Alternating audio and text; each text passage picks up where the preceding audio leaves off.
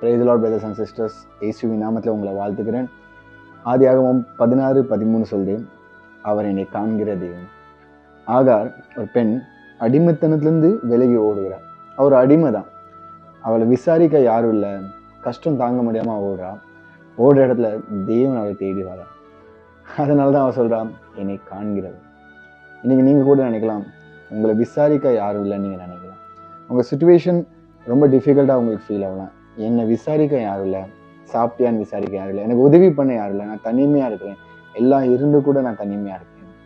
ஆனால் உன்னை காண்கிற ஒரு தெய்வம் இருக்கிறார். வசனம் சொல்லுது, ஆகார் தேவனுக்கு பேர் விட்டா, நீர் என்னை காண்கிற தெய்வம். இன்னைக்கு நான் கூட சொல்கிறேன், there is a God who always looks, sees you.